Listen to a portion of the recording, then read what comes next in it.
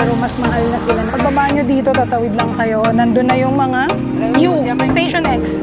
200. Okay. So pagkagaling kayo ng port, kung magdi-DIY kayo, kung Station 3 at 2. Hi guys, and welcome back to another travel vlog. So for today, nandito tayo sa Terminal 2 and we are going to Boracay. So today is June 6. Actually medyo maulan.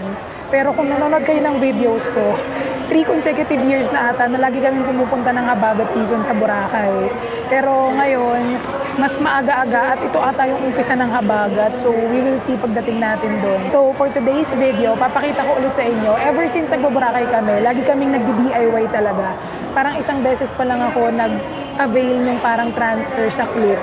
Pero mas prefer ko talaga ang DIY ever since kasi mas mabilis siya and mas kontrolado ko yung oras. Hindi naman talaga siya ganun ka-complicated. So ituturo ko sa inyo later, papakita ko sa inyo kung paano yung mga steps para as of June 2026, alam nyo kung paano yung way papunta ng Boracay kung kayo din ay magdi-DIY.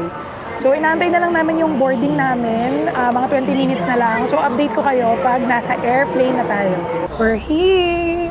Come on, na. Hey guys, we're funny. Go. Where are we going, Mateo? Bora.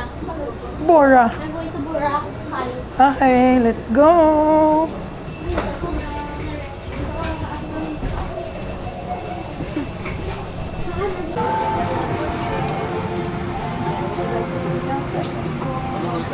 (23DEF) Me 3EL bathroom. Yeah. Finally landed in Boracay! Kung napanood nyo yung mga iba kong video, sinabi ko na rin yon na pagka-arrival dito sa Boracay, ito lang yung mga airplane, ayan. Tapos, dito na agad yung kanilang arrivals. Tapos ang ganda guys, oh, kasi buti naman, inaayos na nila, may bago ng building. Di ba? Kasi tourist pa to eh. Anyway, punta na tayo dito, tapos papakita ko na sa inyo kung paano magsa-start yung DIY. Okay, so once you get here, ito, kung naka-check-in kayo, dyan yung kukunin. Tapos dito lang, pag exit nyo, ito na ang sakayan. So, okay. Oh, as of June 2026 na bago na. Dito na yung exit. Dati dadaan pa kami dito eh. So ngayon dito na. And then, turo ko sa inyo, sobrang dali lang. So paglabas nyo dito, okay. Paglabas nyo dito, dito na. Oh, yan. Oh, see, bago na.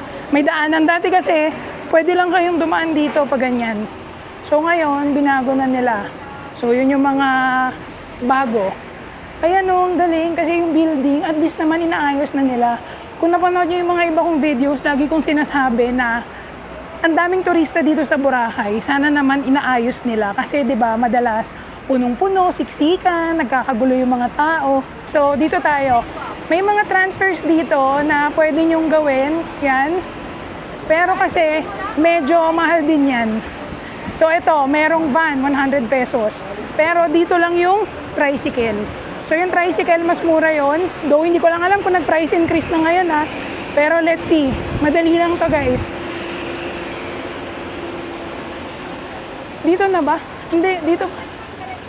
Ayan, labas lang. Kasi tinitignan ko guys, dahil baka bago na. Kasi nakita ko doon may mga nakalagay na tricycle. So in case lang baka bago na kasi, but still hindi, ganito pa rin. So dito pa rin kayo dadaan. Ayan. Dito lang, paglabas nyo, ayan makikita nyo, ayan na yung mga tricycle oh. Sobrang bilis lang. Oh, di ba walang katao-tao? So bayad lang tayo. May Batman dyan. Ang bilis lang to guys.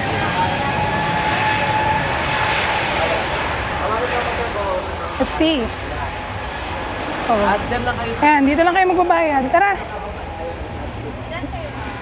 Tatlo, yung isa bata. 7 years old.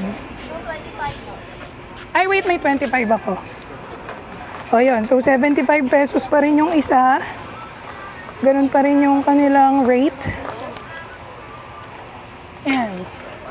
So, pagkakuha nyo ng ticket, sasakay lang kayo. Saan po kuya? Sa unahan?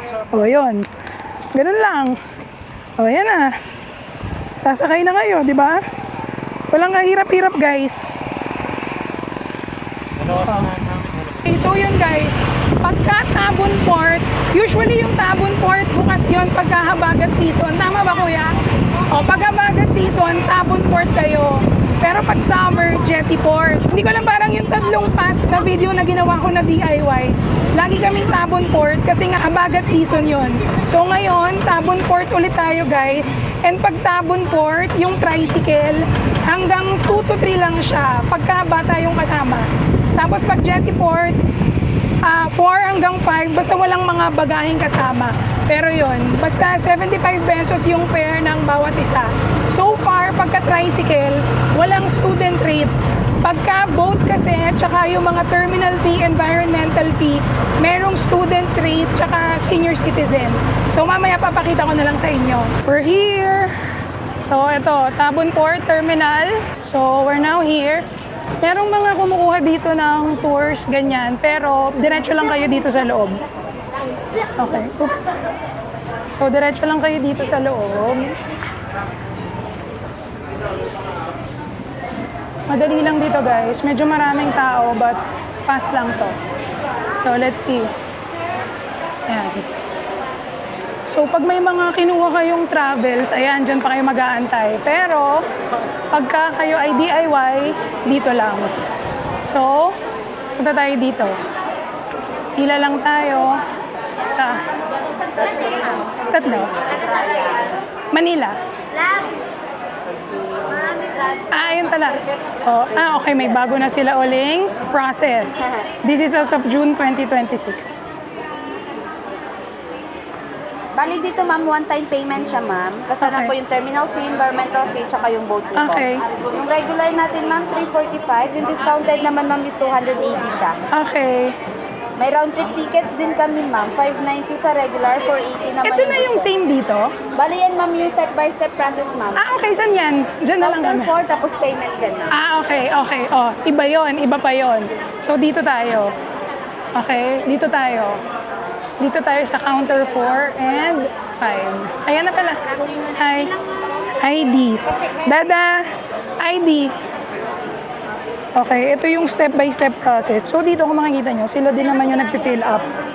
So, walang kahirap-hirap. Tapos, magbabayad lang kayo dun sa isang counter. Counter 3 yung payment. Okay, so, wait nyo lang ako dyan, Dada. Okay, so, dito, magbabayad. Ganun lang kabilis. So, ito yung rates nila. Ayan, kung makikita nyo, may discount pagka student.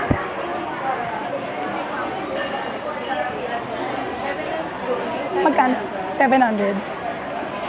Okay, so far, ang one way natin ay 700. And then, magpipay pa tayo ng boat. Thank you. So, punta na tayo doon. Let's see. Okay. So,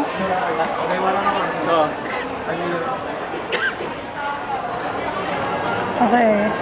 Yun, ganun lang. Bibigay niyo yung ticket. Tignan natin. Ikukumpara ko kung magkano yung kanina ha. May parang discounted. Tapos hindi ko sure, parang mas mura siya. Pero dahil mas sanay ako dito sa DIY na to, makikita nyo para ma-compare natin. So, lakad lang kayo.